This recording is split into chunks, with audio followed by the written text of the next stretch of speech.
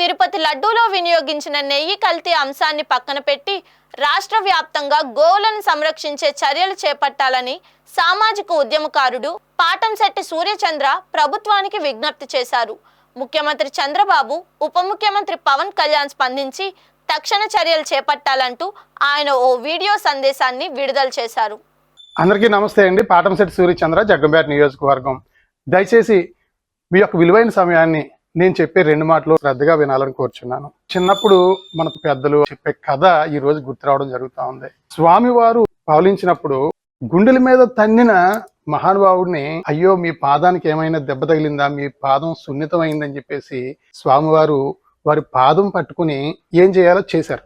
లక్ష్మీదేవి వారికి కోపం రావడం జరిగింది. బాధ అనిపించింది. ఏంటి, నాకు ఇష్టమైన స్థానం స్వామివారు హృదయం, అటువంటి హృదయం మీద తన్నిన వ్యక్తి పాదాలు పట్టుకున్నారు అని చెప్పేసి అమ్మవారు నలిగి వెళ్ళిపోవడం జరిగింది. స్వామివారు ఎంతో బాధపడి ప్రయత్నం చేశారు ఆపడానికి. అమ్మవారు ఆగలేదు. మరి బ్రహ్మ ఈశ్వరుడు వెళ్ళి కన్విన్స్ చేసినా అమ్మవారు శాంతించలేదు. ఇప్పుడు శ్రీ మహావిష్ణువు తిరుపతి కొండ మీద ఉన్నటువంటి ఆ పుట్టలో బాధతో ఆకలితో ఉన్నారు. అప్పుడు బ్రహ్మ ఈశ్వరుడు ప్రతిరూపాలుగా మరి గోవు దూడ కింద బయలుదేరి అక్కడ రాజు గోశాలలో కలిసి మేతకి వెళ్ళడం జరిగింది. ఆ కొండ మీదకి మేతకి వెళ్ళి అక్కడ పుట్టలో ఉన్న శ్రీ మహావిష్ణువుకి గోమాత వెళ్ళి పాలిచ్చి ఆకలి తీర్చింది. ప్రతిరోజు గోమాత వెళ్ళి శ్రీ మహావిష్ణువుకి పాలు ఇస్తుంటే ఇంటికి వెళ్ళిన తర్వాత పాలు ఉండట్లేదు, యావు పొదుగు ఖాళీగా వస్తుందని చెప్పేసి గోవుల కాపరి ఏం చేస్తుంది యావు అని చెప్పేసి పరిశీలిస్తే గోమాత వెళ్ళి స్వామివారి పుట్ట దగ్గర ఉండి స్వామివారికి పాలు ఇస్తా ఉంది. ఈ గోవుల కాపరి వెంటనే కోపం తట్టుకోలేక తన చేతిలో ఉన్న గొడ్డల్ని ఆ గోవు మీదకి గట్టిగా విసిరాడు. అది గమనించిన స్వామివారు గోమాతకి దెబ్బ తగలకూడదని పుట్టలోంచి పైకి వచ్చి గోమాతకి అడ్డుగా నిలబడితే స్వామివారి నుదుటికి పెద్ద గాయమయ్యి రక్తం పారింది. వెంటనే స్వామివారు ఆ గోవుల కాపరిని కోపంగా చూసేటప్పటికి అతను రక్తం కక్కుని చనిపోవడం జరిగింది. వెంటనే గోమాత అక్కడ గోవుల దగ్గరికి వెళ్ళిపోయి అక్కడ రాణి రాజుగారు అందరి దగ్గరికి వెళ్ళిపోయి ఏదో చెప్పబోతా ఉంది విలవిలా కొట్టుకుంటూ. వెంటనే అక్కడ రాజుగారు గమనించి ఏదో చెప్పబోతా ఉందని చెప్పేసి అంటే గోమాత మళ్ళీ బయలుదేరింది. అక్కడ గోమాత కూడా ఆ రక్షభటులు కానీ రాజుగారు అందరూ రావడం జరిగింది. గోమాత తిన్నంగా మహావిష్ణువు ఉన్న ప్రాంతానికి రావడం, అక్కడ మహావిష్ణువు రక్తం కారుతూ ఉన్న పరిస్థితి మహారాజు చూడడం జరిగింది. గోవుల కాపరి దగ్గర ఉండవలసింది కర్ర, అటువంటిది గోవుల కాపరి గొడ్డలితో తిరుగుతున్నాడంటే దానికి కారణం గోవుల కాపరితో పాటు రాజ్యాన్ని ఏలే రాజుగా నీది కూడా బాధ్యత ఉందని ఆ రాజుని శపించిన పరిస్థితి భగవంతుడు. ఈ సందర్భంగా నేను అందరికీ కూడా విజ్ఞప్తి చేసేది, స్వామివారికి ఎంతో ఇష్టమైన లడ్డు నెయ్యిలో కల్తీ జరిగిందని ముఖ్యమంత్రి గారు చెప్పడం, ప్రపంచవ్యాప్తంగా ఉన్నటువంటి కలియుగ దైవం వెంకటేశ్వర స్వామి కోట్లాది భక్తులు దిగ్భ్రాంతి చెంది ఆందోళనలో ఉన్నటువంటి పరిస్థితి.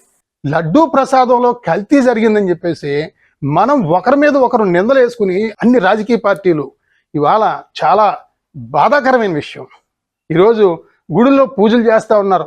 తప్పు చేసిన వాళ్ళని శిక్షించు దేవుడా అని చెప్పేసి అన్ని పార్టీలు కూడా తప్పు చేసిన వాళ్ళని శిక్షించు దేవుడా అని మనం అడగడం కంటే తప్పు చేసిన వాళ్ళని ఏ రకంగా శిక్షించాలో దేవుడు చూసుకుంటాడు.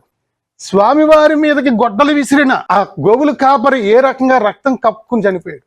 ఆ రకమైన కారణమైనటువంటి మహారాజుని స్వామివారికి శపించారు.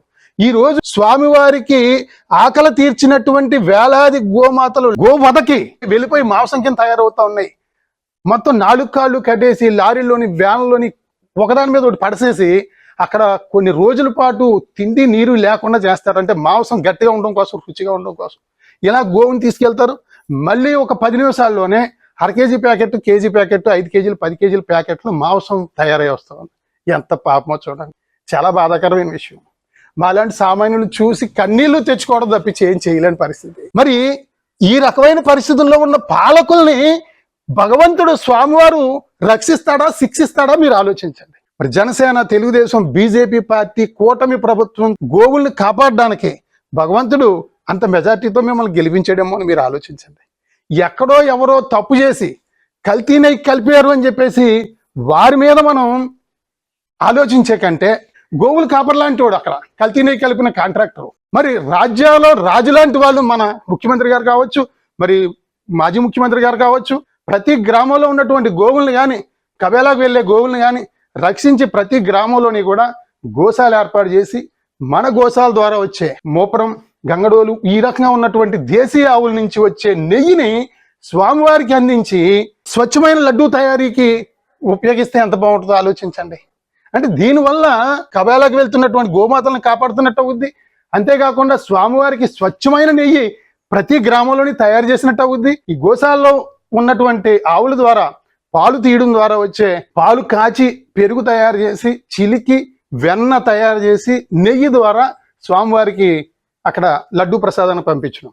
అదే రకంగా ఆ మజ్జిగని ఆ గ్రామంలో ఉన్న పేదలందరికీ పంచి కడుపు చల్లబరచడం. ఇవాళ రాష్ట్రంలో ఉన్న ప్రజలందరూ కూడా అసలు అనారోగ్యం లేని వ్యక్తి ఎవరన్నా ఉన్నారా? ప్రతి ఒక్కరికి కూడా అనారోగ్యం. దానికి కారణం మరి ఎంతో విషపూరితమైనటువంటి రసాయనిక ఎరువులు జల్లి నేల తల్లిని నిర్జీవం చేస్తా ఉన్నాము. గోవు నుంచి వచ్చే గోమయం కానీ గోమూత్రం కానీ వాటిల ద్వారా ఘనజీవామృతం, ద్రవజీవామృతం తయారు చేసి పాలేకర్ గారి విధానంతో గో ఆధారిత వ్యవసాయం చేసి మరి ఆరోగ్యకరమైన పంటలు పండించి ప్రజలందరూ ఆరోగ్యంగా ఉండి చేసే కార్యక్రమం చేయాలని ప్రభుత్వాన్ని నేను కోరుతా ఉన్నాను. ఒక్క విషయం మీరు ఆలోచించండి. మన ఆరోగ్యాలు మనం కాపాడుకోవడం కోసమే దేవుడు సృష్టించినటువంటి ఈ లడ్డూ వివాదం.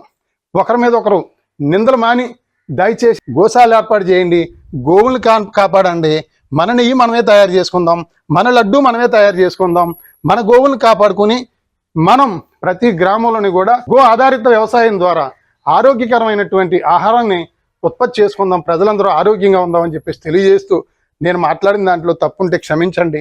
మంచి కార్యక్రమం మీకు అనిపిస్తే ముఖ్యమంత్రి గారికి, పవన్ కళ్యాణ్ గారి దగ్గరికి వెళ్ళే విధంగా ప్రతి ఒక్కరు కూడా షేర్ చేయాలని మిమ్మల్ని విజ్ఞప్తి చేస్తా ఉన్నాను.